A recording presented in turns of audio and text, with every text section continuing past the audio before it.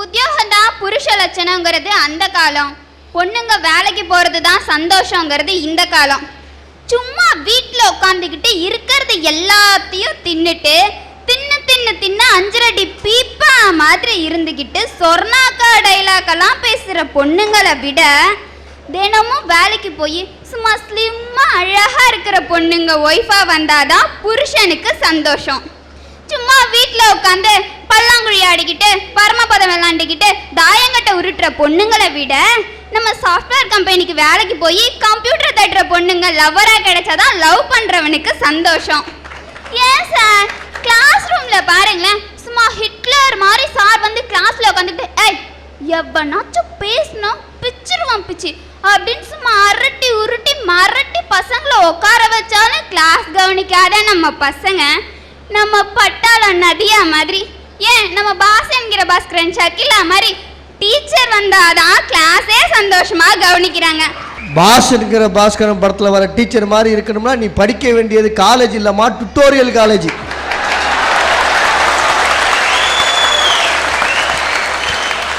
பொண்ணுங்க வேலைக்கு போனதா சார் பசங்களே சந்தோஷப்படுறாங்க. அப்ப எல்லா பொண்ணுங்களும் வேலைக்கு போனா நாட்டில் உள்ள எல்லாருமே சந்தோஷப்படுவாங்க சார். இப்போ என்ன சொல்ல வர, அதாவது பசங்க படிக்கிற காலேஜில் சகிலா மாதிரி வரணுமா?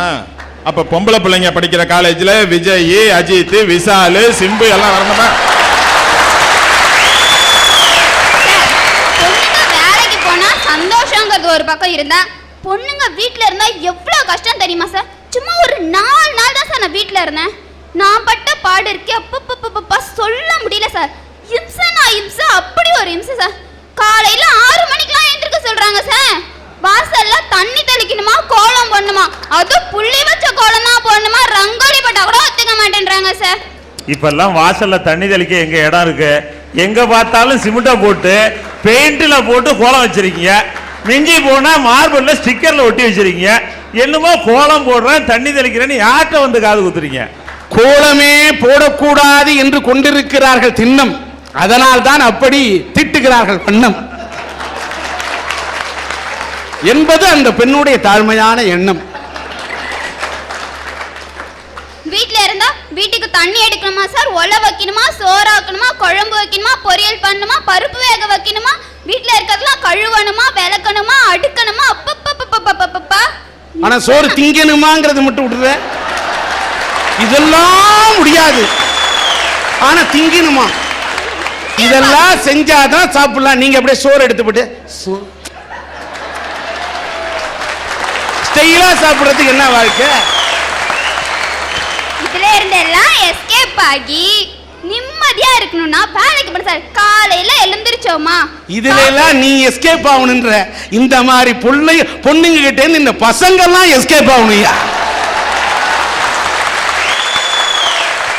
காலையில எழுந்திருச்சோமா, காஃபிய குடிச்சோமா, மேக்கப்ப போட்டோமா, ஒரு குட்டை பேக் எடுத்து மாட்டினோமா, அப்படியே இரியா. நீ வேற ஒரு கண்ணா, நீ போட்டிருக்கிறது கண்ணாடி, உட்காந்துருக்கிறது பின்னாடி, ஆரம்பிச்சிரு எனக்கு முன்னாடி. என் ஊரில் நான் பேசாம நீ போய் பேசிட்டு இருந்தேன்னா, தஞ்சாவூர்லேருந்து வந்து நீயே பேசுற, நான் மாயிரத்துலேருந்து நாங்கள் பேச மாட்டோமா? ஓகே, இது நான் என்ன கேட்குறேன், அலையில எழுந்திருக்கிறதே பெரிய கிண்ண சாதனை மாதிரி பேசிக்கிட்டே இருக்கிற.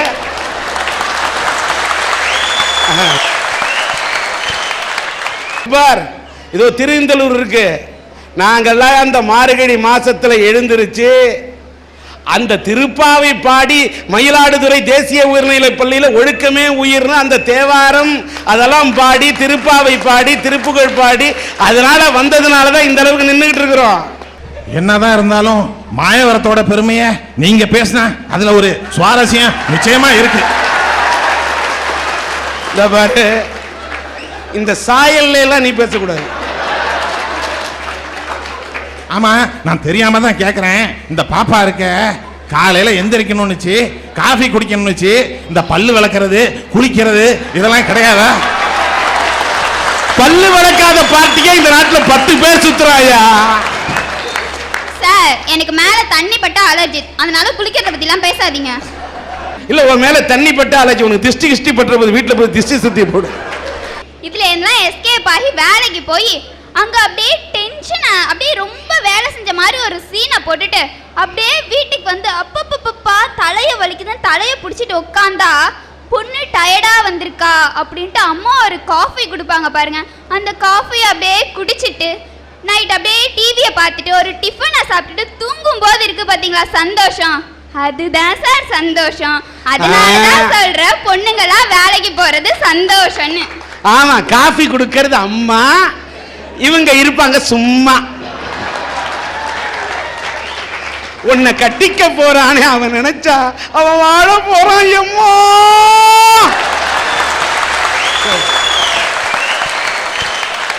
பெண்கள் வேலைக்கு போவது காலத்தின் கட்டாயத்தால் தான் சார். இந்த மயிலாடுதுறையில் நாஞ்சில் நாட்டில் நைனா குடும்பம் அப்படின்னு சொன்னால் தெரியாதவங்களே இருக்க முடியாது. ஏன்னா அப்படிப்பட்ட வளையல் கடை பிஸ்னஸில் பேரும் புகழும் பெற்று கொடிகட்டி ஓஹோன்னு வாழ்ந்த குடும்பம் எங்கள் குடும்பம். ரொம்ப ரொம்ப சந்தோஷமாக காரு, பங்களா, பேங்க் பேலன்ஸு, பேரு, புகழ், செல்வாக்குன்னு எத்தனையோ செல்வ செழிப்போடு வாழ்ந்த குடும்பம் எங்கள் குடும்பம். யாரு கண்ணு பட்டுச்சே தெரில. எனக்கு ஒரு 8 வயசு இருக்கும்போது திடீர்னு மூளைக்காய்ச்சல் ஏற்பட்டுடுச்சியா. அந்த மூளைக்காய்ச்சலில் என் உயிரையே இழக்க வேண்டிய சூழ்நிலை. இந்த சூழ்நிலையில் எங்கள் அப்பா குழந்தை தான் முக்கியம், குழந்தைய காப்பாற்றியே ஆகணும் அப்படிங்கிறதுக்காக இருக்கிற சொத்து பற்றி எல்லாத்தையும் அழிச்சு எனக்காக செலவு பண்ணி என்னை பிழைக்க வச்சாரியா. அதில் என் உயிரை மட்டும்தான் காவந்து பண்ண முடிஞ்சதே தவிர என்னுடைய கண்களை கடவுள் பிடுங்கிக்கிட்டாரு. இந்த மாதிரி சூழ்நிலையில என்னை வீட்டில் கொண்டு வந்து வச்சுட்டு எங்கள் அப்பா உயிரை மட்டும்தானே காவந்து பண்ண முடிஞ்சிச்சு, கண்ணை காவந்து பண்ண முடியலையே, கண்ணு தெரியாமல் என் பிள்ளை கஷ்டப்படுவானே அப்படின்னு சொல்லி புலம்பிக்கிட்டே பிஸ்னஸை செய்ய அந்த பிஸ்னஸில் பெரிய லாஸ். அந்த லாஸால் எங்கள் அப்பா அப்படியே நொடிஞ்சு போய் படுத்த படுக்கை ஆயிட்டாங்கயா. அப்போ நான் சின்ன பிள்ளை, எங்கள் அக்காவும் எங்கள் அண்ணனும் படிச்சுட்டு இருக்காங்க.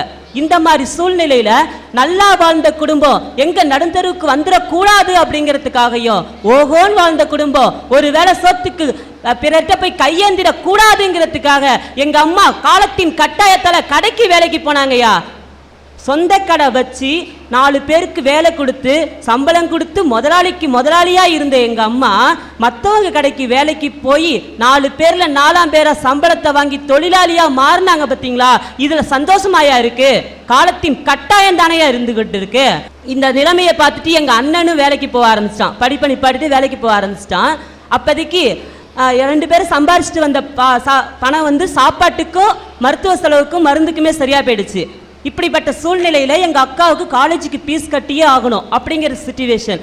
இந்த மாதிரி சிச்சுவேஷனில் எங்கள் அக்கா டியூஷன் எடுத்தாவது படிப்போம் அப்படிங்கிற நிலைமைக்கு தள்ளப்பட்டார்கள். பார்த்தீங்களா, இதை தாங்க காலத்தின் கட்டாயம் அப்படின்னு நான் சொல்லிக்கிட்டு இருக்கேன். எங்கள் அக்கா டியூஷன் எடுத்தாங்க, நல்லா படித்தாங்க. அவங்க மட்டும் படிக்கல, அண்ணன் தான் படிப்பை நிப்பாட்டிட்டு காலத்தின் கட்டாயத்தில் வேலைக்கு போயிட்டான். தம்பியாவது படிக்க வைப்போம், தம்பி கண்ணு தெரியல அவனுக்கு கல்வி கண்ணையாவது திறக்க வைப்போம் அப்படின்னு சொல்லிட்டு என்னையும் படிக்க வச்சாங்கய்யா. எங்க அக்கா MCA முடிச்சாங்க, நான் BA முடிச்சேன். எங்க அக்காவோட சிரமத்தை கொஞ்சம் கொஞ்சமா போக்கணும் அப்படிங்கிறதுக்காக ஒவ்வொரு ஸ்கூலா வேலைக்காக ஏறி இறங்கினையா. எல்லா ஸ்கூல்லையும் எனக்கு ஏமாற்றம் தான் மிச்சம். குறைச்ச சம்பளமா இருந்தாலும் பரவாயில்ல, எங்க அக்கா எங்க அம்மாவோட சிரமத்தை போக்கணும், அதனால வேலைப்பட்டுட்டாங்கன்ற. அதுக்கு என்ன தெரியுமா சார் சொன்னாங்க? கண்ணு தெரிஞ்சவங்களே இந்த காலத்துல இந்த பசங்க ஏமாத்திடுறாங்க, கண்ணு தெரியாத உன்னை ஏமாத்துறதுக்கு எவ்வளவு நாளி ஆயிடும் அப்படின்னு சொன்னாங்கய்யா. நான் அப்படியே நொந்து போயிட்டேன். எங்க அம்மாட்டையும் எங்க அக்காட்டையும் வந்து சொல்லிட்டு அழுதுகிட்டு இருக்கேன். அப்ப எங்க அக்கா, நீ வருத்தப்படாத, உனக்கு திறமைக்கு கண்டிப்பா வேலை கிடைக்கும், நீ B.Ed படி அப்படின்னு சொல்லிட்டு என்ட்ரன்ஸ் அப்ளிகேஷன் வாங்கிட்டு வந்து எனக்கு அப்ளிகேஷன் ஃபில்அப் பண்ணி கொடுத்து என்ட்ரன்ஸ் எழுத வச்சாங்கயா. ஃபர்ஸ்ட் கிளாஸ்ல பாஸ் பண்ண, மெரிட் ஷீட்டு. நாளைக்கு அட்மிஷன் 2750 ரூபா ரெடி பண்ணிட்டு வந்துரு அப்படின்னு கார்டு வந்துருச்சு. அது அங்கங்க புரட்டி எல்லாம் வச்சுட்டேன். அன்னைக்கு சாயங்காலம் திடீர்னு எங்க அப்பாவுக்கு நெஞ்சு வலி, ரத்தமா வாந்தி எடுத்தாங்க. டாக்டர்கிட்ட போய் காட்டினதுக்கு உடனே மெட்ராஸ்க்கு அழைச்சிட்டு போயே ஆகணும், இல்லைன்னா அப்பாவோட உயிரை காவந்து பண்ண முடியாதுன்னு சொல்லிட்டாங்க.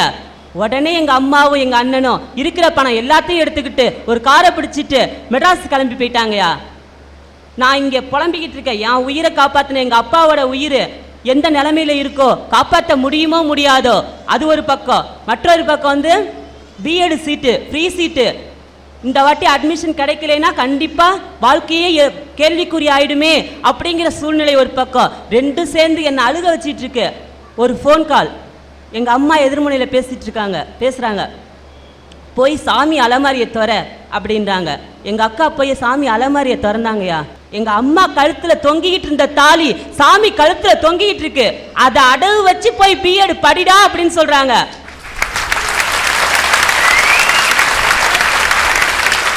அப்போதைக்கு நான் கேட்டேன், அப்பா இந்த நிலைமையில இருக்கும்போது நீ இந்த மாதிரி பண்ணிட்டியம்மா அப்படின்னு நான் கேட்டதுக்கு, உங்க அப்பா ஞாபகமா அந்த தாலி கயிறு என் கழுத்துல இருக்கு, அது போதும், தங்கத்தை விட விலை மதிக்க முடியாத படிப்பை நீ படிச்சே ஆகணும்டா அப்படின்னு சொல்லிட்டாங்க. நானும் அடகு வச்சு பிஎட் போய் சேர்ந்தையா, நல்லா படித்தேன், டிஆர்பின்ற எக்ஸாம் வந்துச்சு, ஃபர்ஸ்ட் கிளாஸ்ல பாஸ் பண்ணேன். இன்னைக்கு அரசாங்க உத்தியோகம் என் வீட்டை தேடி வந்திருக்கு. இதை பார்க்கறதுக்கு எங்க அப்பா உயிரோட இல்லையா? முதல் மாச சம்பளத்தை வாங்கிட்டு தாலியை மூட்டுட்டு போய் எங்க அம்மாட்ட கொடுத்தேன். எங்க அம்மா என்னம்மா சொன்னாங்க, இந்த தாலியை அணிந்து கொள்ளும் அளவிற்கு எனக்கு தகுதி இல்லடா அப்படின்னு சொல்லிட்டாங்க. தகுதி இருக்கும்போது என்னிடம் வசதி இல்லை, வசதி இருக்கும்போது எங்க அம்மாவுக்கு தகுதி இல்லை. எந்த ஸ்கூல்ல கண்ணு தெரிஞ்சவங்களையே ஏமாத்திடுறாங்க, கண்ணு தெரியாத ஒன்று ஏமாத்துறதுக்கு எவ்வளோ நாள் ஆயிடும்னு சொன்னாங்களோ, அதே ஸ்கூல்ல இன்னைக்கு நான் ஒர்க் பண்ணிக்கிட்டு இருக்கேயா.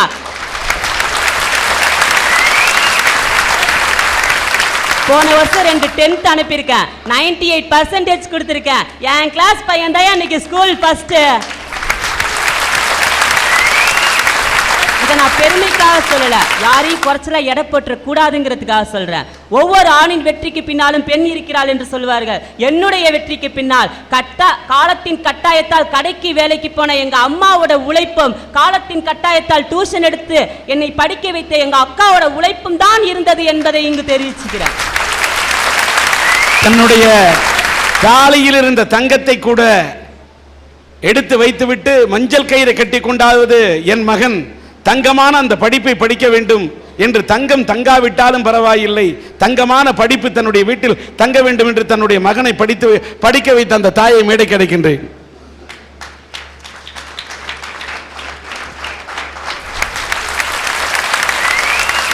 ஒரு பார்வை கூட தெரியாத மகனை காப்பாற்றிருக்கக்கூடிய இந்த தாயை போன்றவர்கள், ஒரு வாழ்ந்த குடும்பம், அந்த வாழ்ந்த குடும்பத்தில் 4 பேருக்கு வேலை கொடுத்த குடும்பம். அவர் சொன்ன மாதிரி இந்த நயினார் குடும்பம்னு சொன்னார். அப்படிப்பட்ட குடும்பத்தில் இருந்து தான் குடும்பத்தை காப்பாற்றணும்னு இந்த அம்மா வேலைக்கு போய் ஒரு 30 ரூபா வேலைக்கு போயாவது என் பிள்ளைய படிக்க வச்சுன்னு இந்த தாயை பார்க்கும்போது உண்மையிலேயே இப்படிப்பட்ட தாய்மார்களை பார்க்கும்போது பெருமையாக இருக்கு. இவருடைய சகோதரியையும் இவருடைய தாயையும் நான் மனதார வாழ்த்துகிறேன். 1000 ஆனாலும் 1000 ஆகாது என்று சொல்வதை போல 1000 தாய் வந்தாலும் உம்மை போல் ஒரு தாய் வரமாட்டாள் என்பதை உணர்த்தத்தான் இந்த 1000 என்னுடைய சின்ன இதை கொடுக்குறேன். இதை ஒரு நினைவாக வச்சுங்க. நன்றி, வாழ்த்துக்கள். இது பணத்துக்காக அல்ல, என்னுடைய மனத்தை உங்களை மனதார பாராட்ட வேண்டும் என்பதற்காக தான். ஏன்னா உங்களோட பிள்ளை இன்னைக்கு கை நிறைய சம்பாதிக்கிறாரு, நான் சந்தோஷமா வச்சிருக்கிறாரு. இந்த பணம் அதற்காக கொடுத்ததல்ல.